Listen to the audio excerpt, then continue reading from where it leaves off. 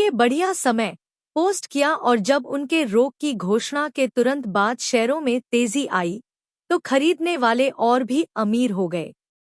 कांग्रेस के सदस्यों को शेयर खरीदने और बेचने की अनुमति है, लेकिन राजनीतिक घटनाक्रमों के बारे में उनके ज्ञान ने अक्सर इनसाइडर ट्रेडिंग की संभावना के बारे में चिंता जताई है। कांग्रेस के ट्रेड ट्रैकर insiderfinance.io के अनुसार ग्रीन ने 90 दिन की रोक से पहले के दिनों में कई शेयर खरीदने का खुलासा किया है, 3 अप्रैल को 7 और 4 अप्रैल को 19। यद्यपि सांसदों को स्टॉक खरीदने और बेचने की अनुमति है, लेकिन stop trading on congressional knowledge act के तहत उन्हें लेनदेन के 45 दिनों के भीतर $1000 से अधिक मूल्य के किसी भी स्टॉक व्यापार का सार्वजनिक रूप से खुलासा करना आवश्यक है। प्रतिनिधि मार्जोरी टेलर ग्रीन पर इनसाइडर ट्रेडिंग का आरोप लगाया गया है क्योंकि उन्होंने टैरिफ उथल-पुथल के बीच कई प्रमुख स्टॉक खरीद की हैं।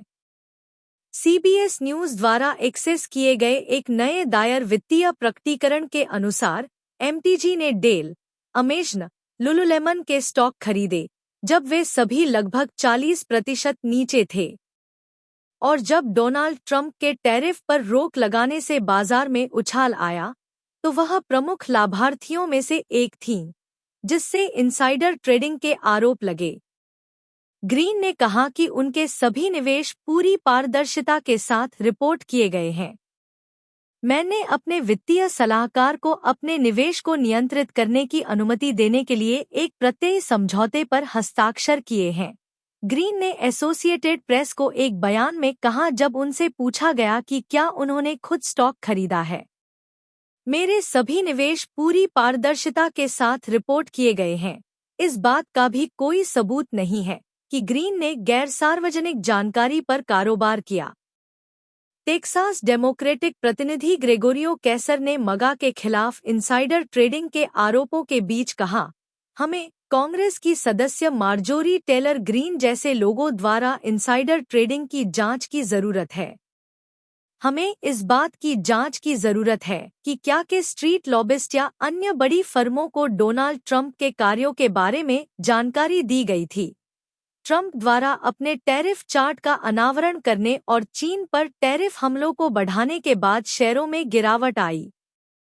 ट्रंप प्रशासन ने जोर देकर कहा कि टैरिफ पर कोई वापसी नहीं होगी, लेकिन बुधवार को उन्होंने इन टैरिफ पर 90 दिनों की रोक की घोषणा की।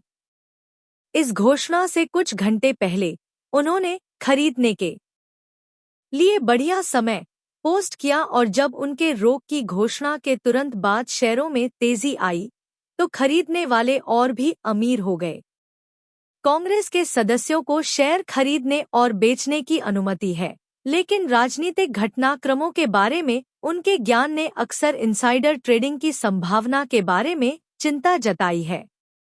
कांग्रेस के ट्रेड ट्रैकर insiderfinance.io के अनुसार ग्रीन ने 90 दिन की रोक से पहले के दिनों में कई शेयर खरीदने का खुलासा किया है, 3 अप्रैल को 7 और 4 अप्रैल को 19।